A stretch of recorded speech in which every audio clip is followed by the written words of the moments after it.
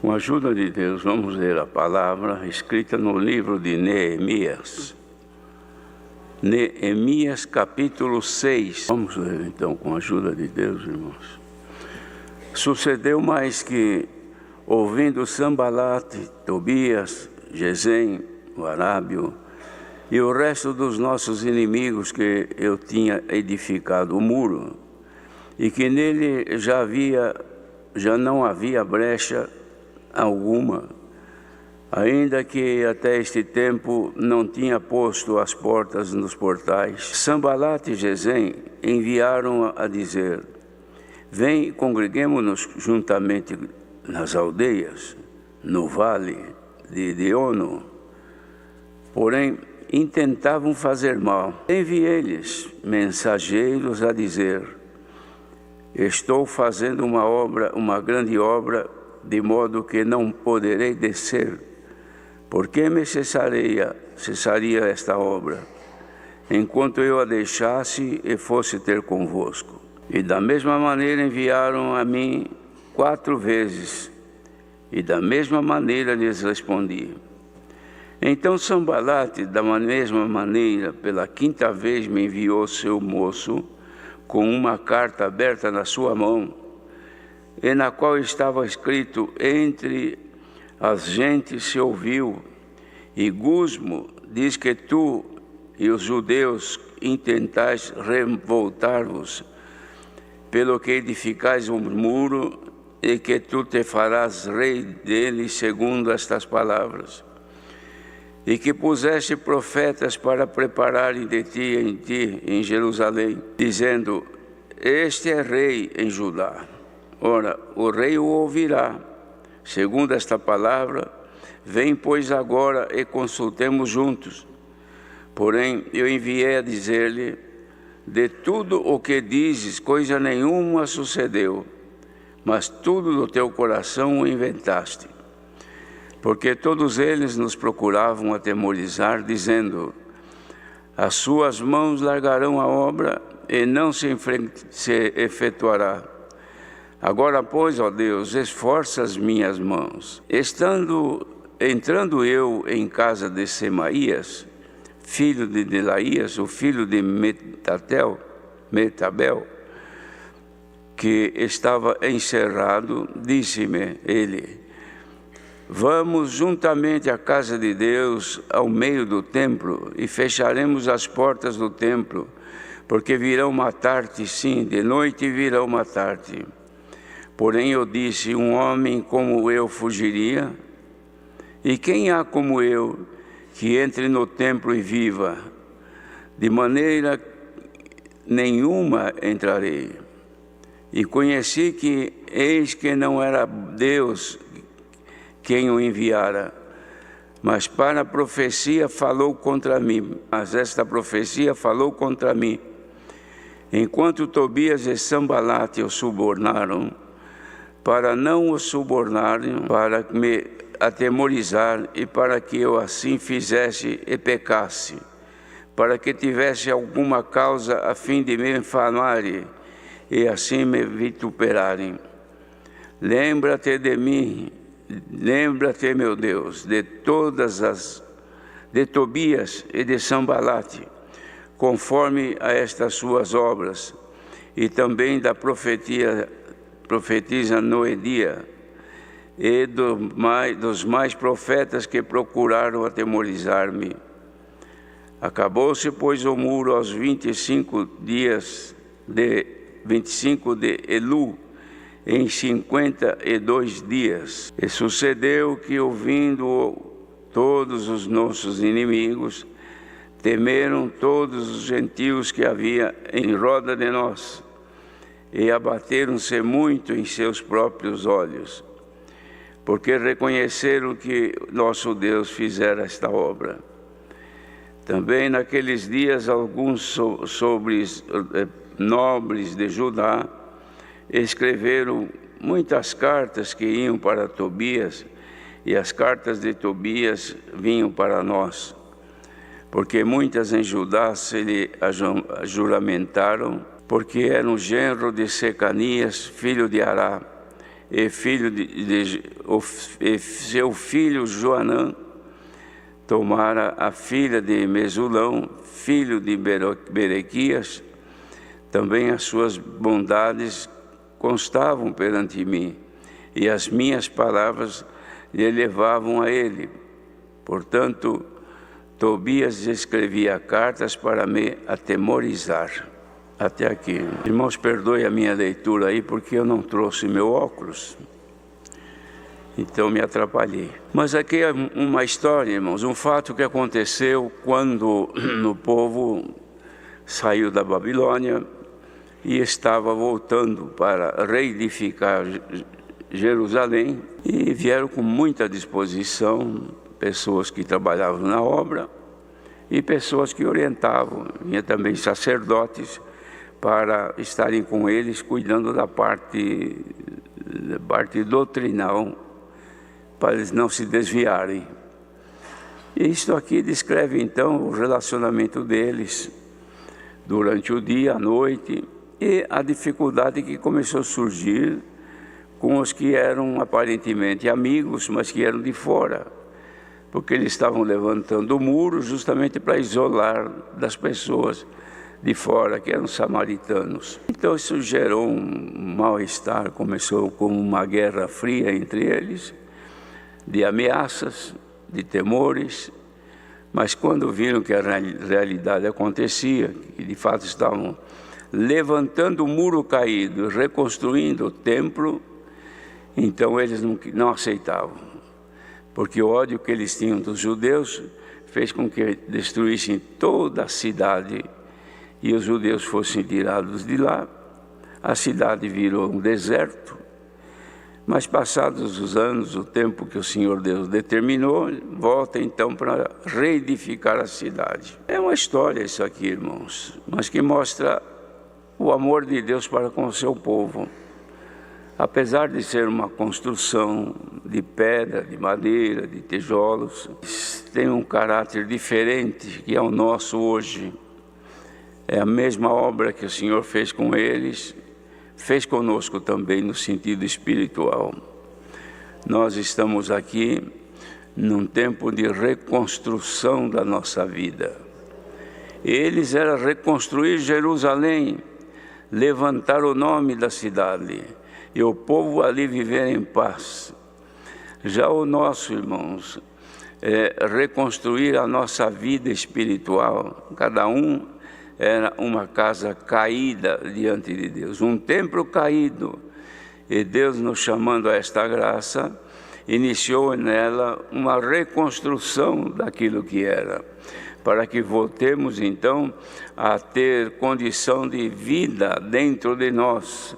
E esta vida não é vida, uma outra vida comum, é a vida de Cristo dentro de nós, irmãos, em condição plena de viver, que para isso devemos estar com nossa casa sempre reconstruída, preparada, adequada para o Senhor viver dentro dela, que é o nosso coração.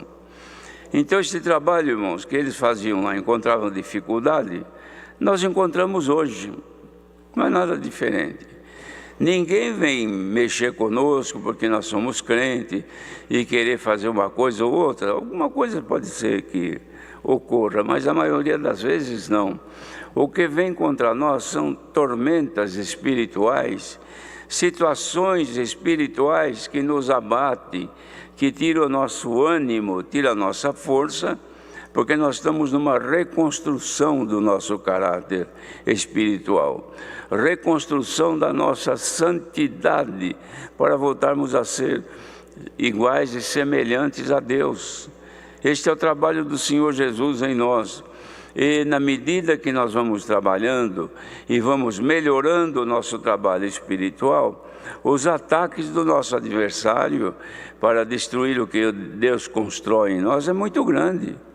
Tudo que se alcança de Deus para benefício da nossa alma, da nossa vida, para agradar ao Senhor, os irmãos podem crer que logo, logo aparecem opressões diretas para nos impedir, para não aceitar que se faça melhor, não aceitar que se agrade melhor a Deus.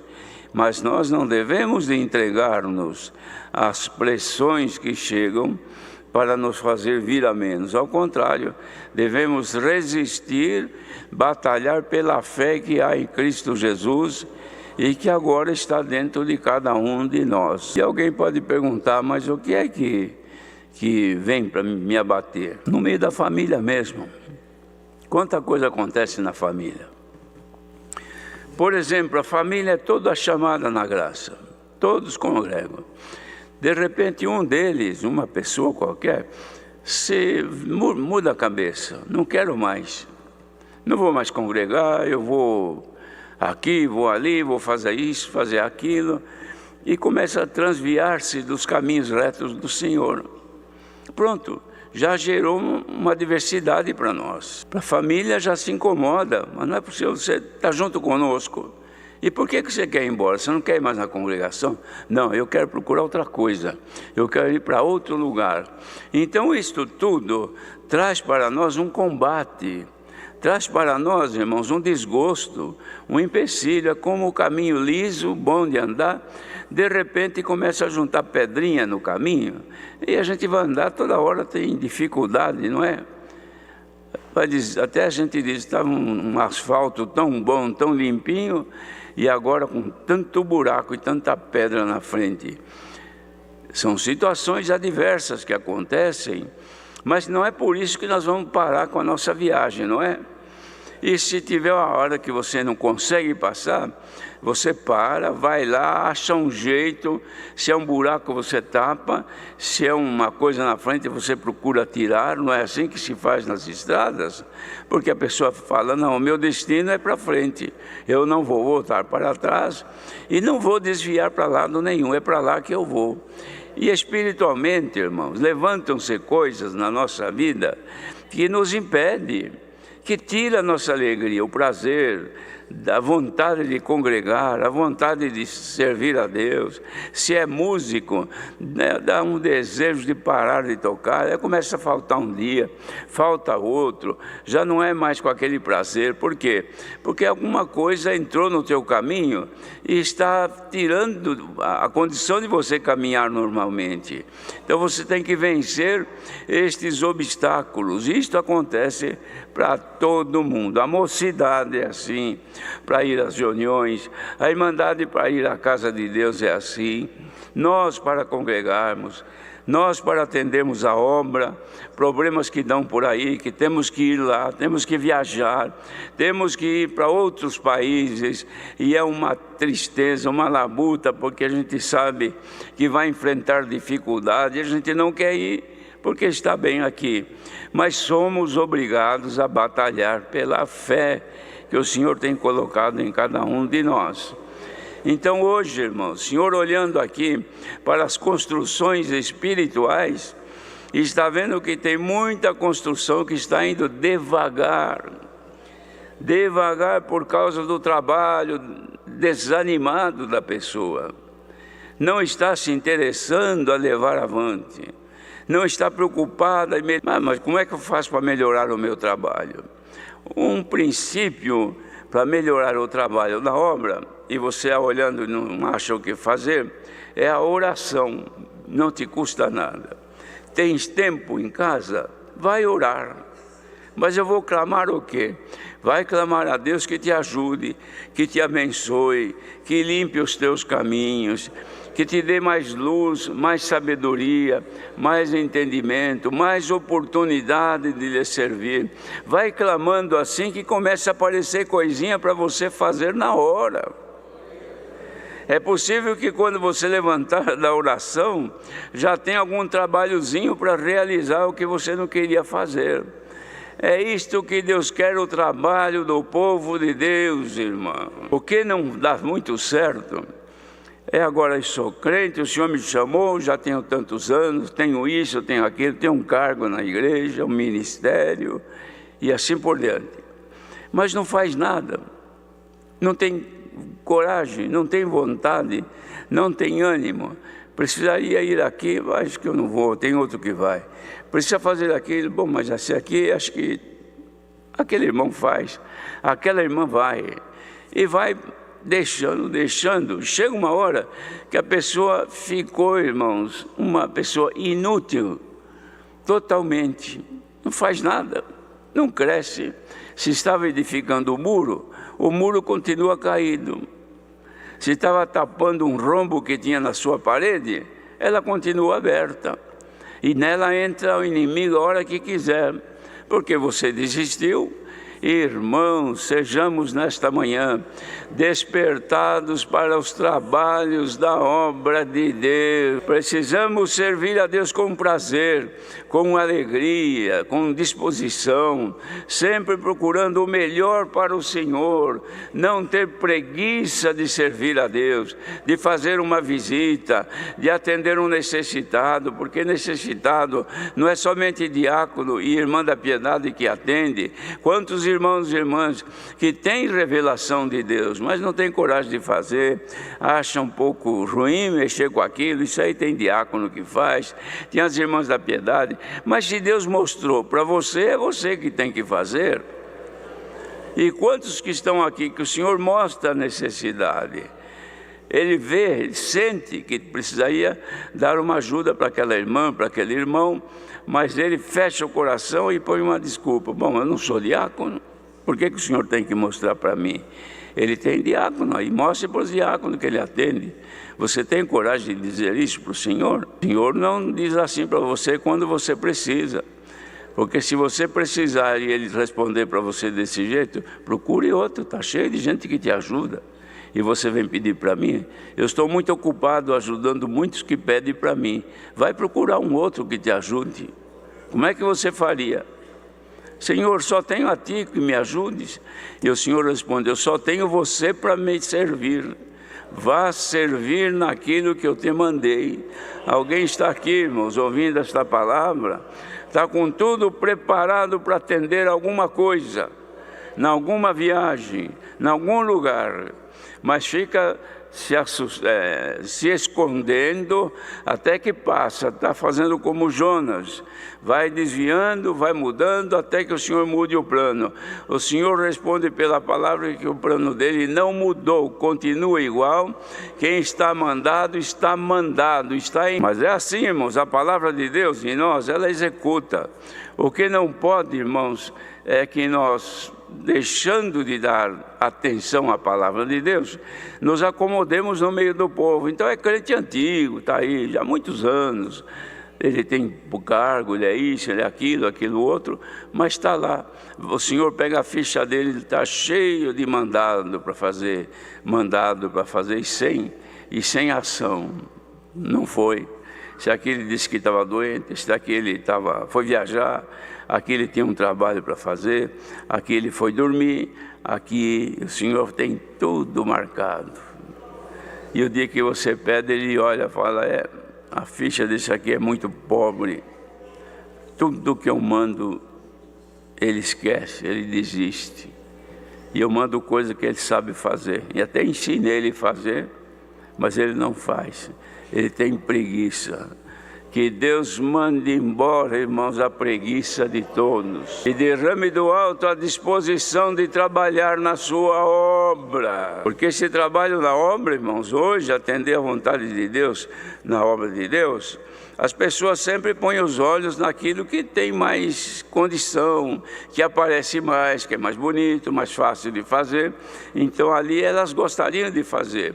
Mas quando surge uma necessidade premente, eu atendei uma pessoa, uma necessidade de uma casa, de uma família muito humilde. Então a pessoa fala, eu tenho que ir naquela casa, entrar naquela casa. Eu não, o Senhor manda outro. É porque você é grande demais. Ele vai achar um pequenininho e vai mandar.